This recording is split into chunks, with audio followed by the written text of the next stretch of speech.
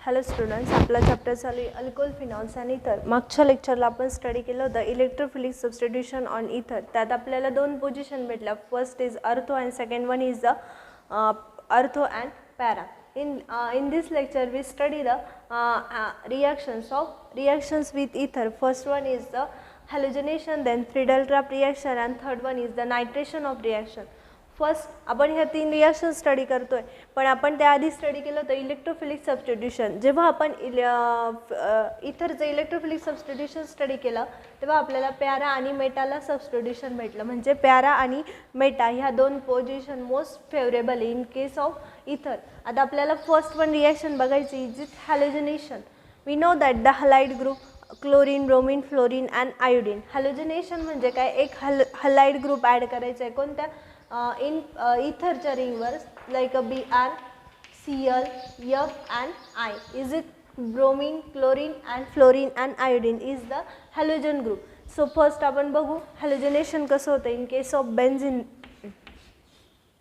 ether.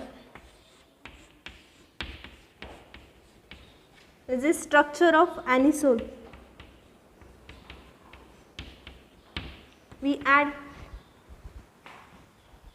two halide group Br2 in presence of CS3COOH. Is it acetic acid?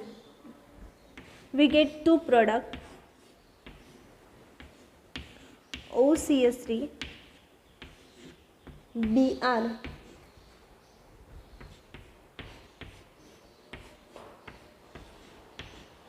OCS3 Br. ठीक आहे.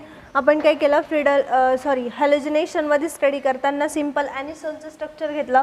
त्यात दोन Br म्हणजे दोन हलाइड ग्रुप ॲड केले and the in presence of catalyst acid catalyst acetic acid to get two product. First one is the अर्थोला Br group added झाला, second is the पॅराला. इन प्रिव्हियस लेक्चर आपण study केलं आहे ह्या दोन्हीमधून which one major and which one is the minor. In case of OCS3 and Br, जर आपण अर्थो आणि पॅरामध्ये मेजर आणि मायनर जर बघितलं तर पॅरा हा ऑलवेज काय असतो, मेजर प्रोडक्ट म्हणून ॲक्ट होतो आणि अर्थो हा मायनर प्रोडक्ट म्हणून ॲक्ट होतो. बिकॉज याच्यात OCS3 आणि Br हे एकमेकांच्या कसे क्लोज आहे, जवळ आहे, त्यामुळे त्यांच्यामध्ये काय झाली, क्राउडिंग झाली.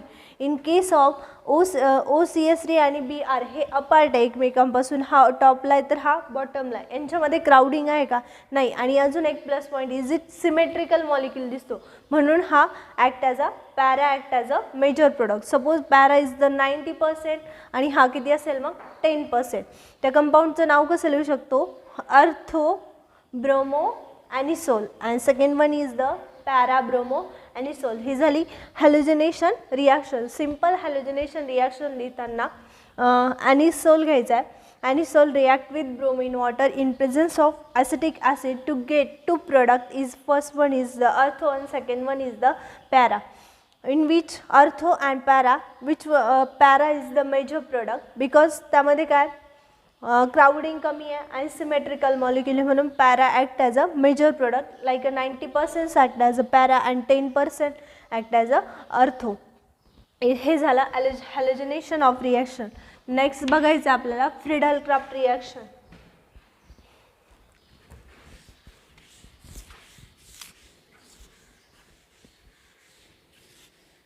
नेक्स्ट पॉइंट आहे फ्रीडल-क्राफ्ट रिॲक्शन. फ्रीडल-क्राफ्ट रिॲक्शन बघताना ह्या पण आपण इथरमध्ये स्टडी करतो. फर्स्ट फ्रीडल-क्राफ्ट अल्कायलेशन बघूया आपण. अल्कायलेशन फ्रीडल-क्राफ्टमध्ये दोन टाईप आहे. First one is alkylation and second one is the acylation. आता फर्स्ट अल्कायलेशन म्हणजे काय,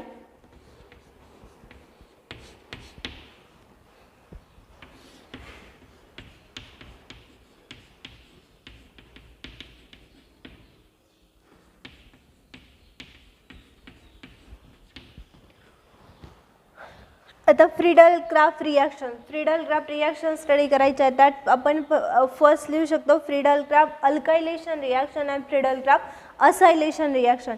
in case of alkylation and acylation different is that alkylation म्हणजे फक्त अल्किल ग्रुप सबस्टिट्यूट होतो बेन्झीन रिंगवर आणि असायलेशन म्हणजे असिल ग्रुप सबस्टिट्यूट होतो कुठं बेन्झीन रिंगवर. त्याला काय म्हणतात अल्कायलेशन म्हणजे अल्किल ग्रुप सबस्टिट्यूट करायचा आणि असायलेशन म्हणजे असिल ग्रुप काय करायचा आहे बेन्झीन रिंगवर सबस्टिट्यूट करायचा आहे. त्यात बघू आपण रिॲक्शन. ही पण रिॲक्शन ॲनिसोलमध्येच होते. इथरच्या सगळ्या reaction in presence of anisole OCS3 plus alkyl halide in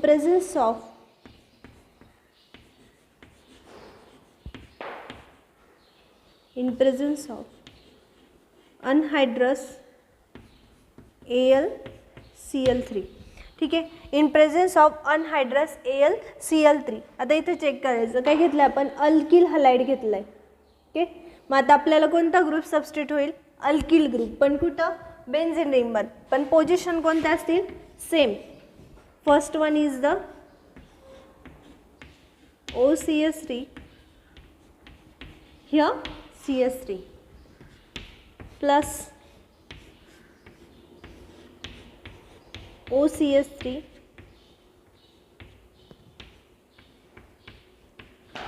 आता ही कोणती रिॲक्शन स्टडी केली आपण फ्रीडल क्राफ्ट अल्कायलेशन. अल्कायलेशनमध्ये काय केलं फक्त अल्किल ग्रुप सबस्टिट्यूट केला. First one is the ortho and second one is the para. मग आपण अल्कायलेशनमध्ये लिहिताना फ्रीडल क्राफ्ट रिॲक्शनचं स्टेटमेंट लिहिताना anisole react with alkyl halide in presence of anhydrous ZnCl2 anhydrous AlCl3. आपल्याला फर्स्ट प्रोडक्ट भेटतो अर्थोला एक मिथिल ग्रुप सबस्टिट्यूट झाला आहे and second one is the para. In both यात पण same condition which one is major and which one is minor. Para is also major product and artho is act as a less product because here crowding, here is no presence of crowding. Then second one याचं नाव काय येईल 1 2 अर्थोमिथिल ॲनिसोल and second one is the paramethyl ॲनिसोल. झाली ही झाली Friedel craft अल्कायलेशन reaction. फक्त काय झाला alkyl group काय झाला बेन्झीन रिंगवर सबस्टिट्यूट झाला. इन केस ऑफ असायलेशन बघू शकतो आपण if you consider CS3 carbonyl and Cl. okay, simple काय होईल here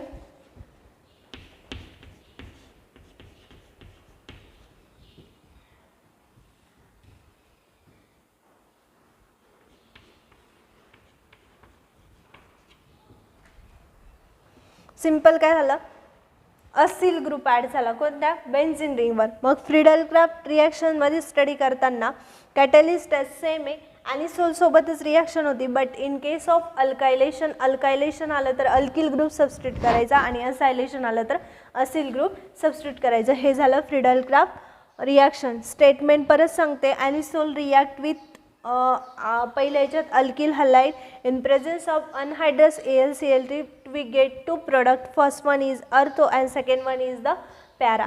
In second artho is para is act as a major product and artho is act as a minor product because there are artho act as a minor product because there are more crowding and this is not symmetrical molecule, but in case of para is less crowding and this molecule will be symmetrical.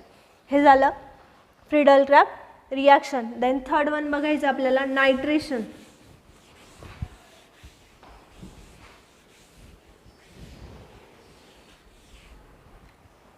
Third one point आहे nitration.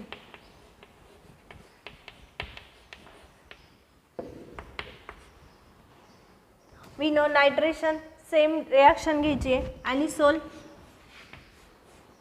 नायट्रेशनची reaction आपण अल्कोहोलमध्ये पण study केली आहे फिनॉलमध्ये पण study केली आहे. आता आपण इथरमध्ये पण स्टडी करतोय OCS3. First one is ॲनिसोल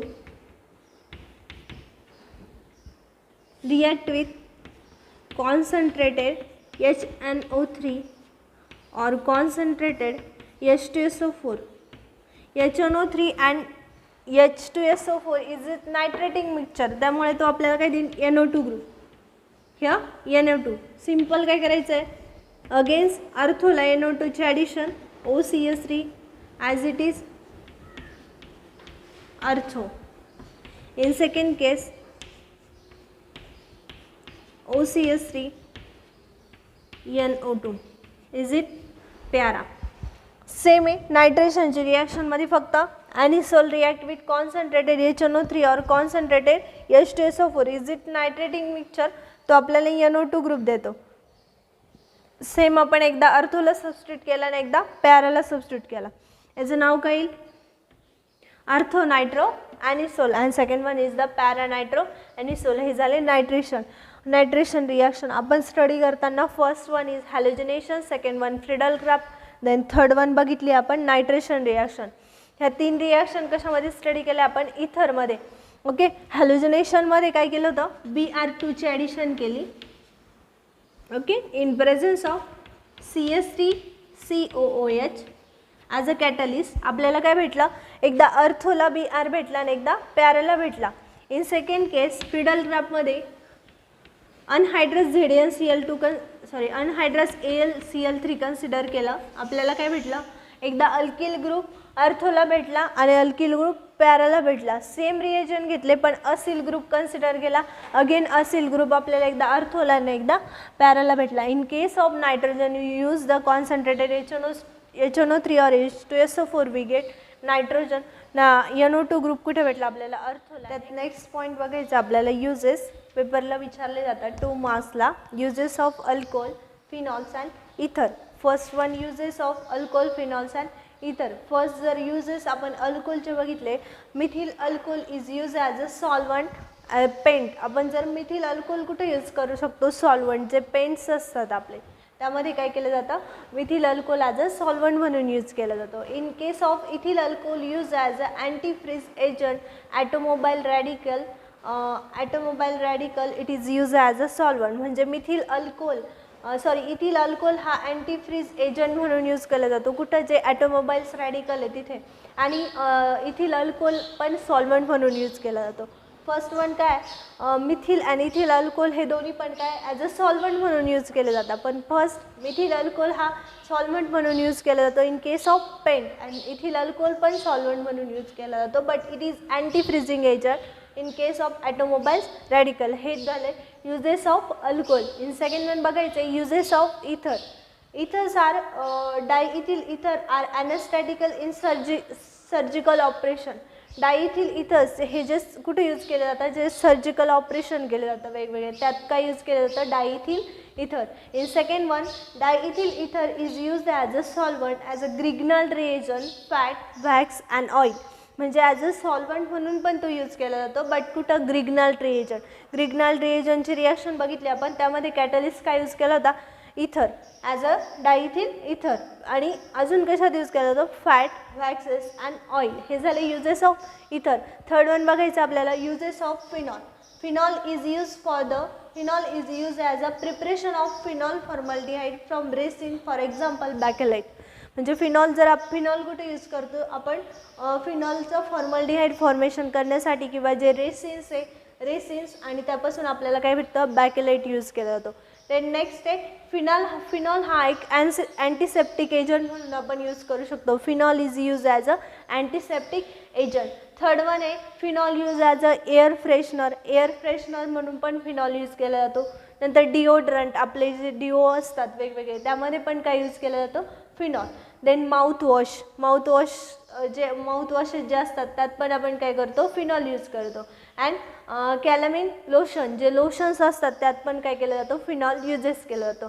uses of alcohol, phenols and ether हे 2 मार्क्सला विचारले जातात. You write the any 2 uses of alcohol, then ether, then phenol. First one अल्कोहोलचं विचारलं तर फर्स्ट काय? Methyl alcohol as a solvent म्हणून यूज केला जातो. देन सेकंड इथिल अल्कोहोल हा अँटी फ्रीजिंग एजंट. कशात? ॲटोमोबाईल रॅडिकलमध्ये, तो पण सॉल्वंट म्हणून यूज केला जातो. थर्ड वन इज द इथर. इथर हा ॲनेस्टिकल और सर्जिकल ऑपरेशनसाठी यूज केला जातो. देन इथर हा सॉल्वंट म्हणून पण यूज केला जातो in case of Grignard reagent, fats, wax and oil. Then third one is the phenol हा अँटीसेप्टिक म्हणून यूज केला जातो. देन डिओड्रंटमध्ये, एअर फ्रेशनर्समध्ये अँड कॅलामिन लोशनमध्ये पण काय केलं जातं? फिनॉल यूज केलं झालं. हे झाले uses of phenol. Then uses of phenol आपण आता ह्या चॅप्टरमध्ये स्टडी केला आहे alcohol, phenols and ether, and लास्टला आपण त्याचे काय केले? युजेस स्टडी केले.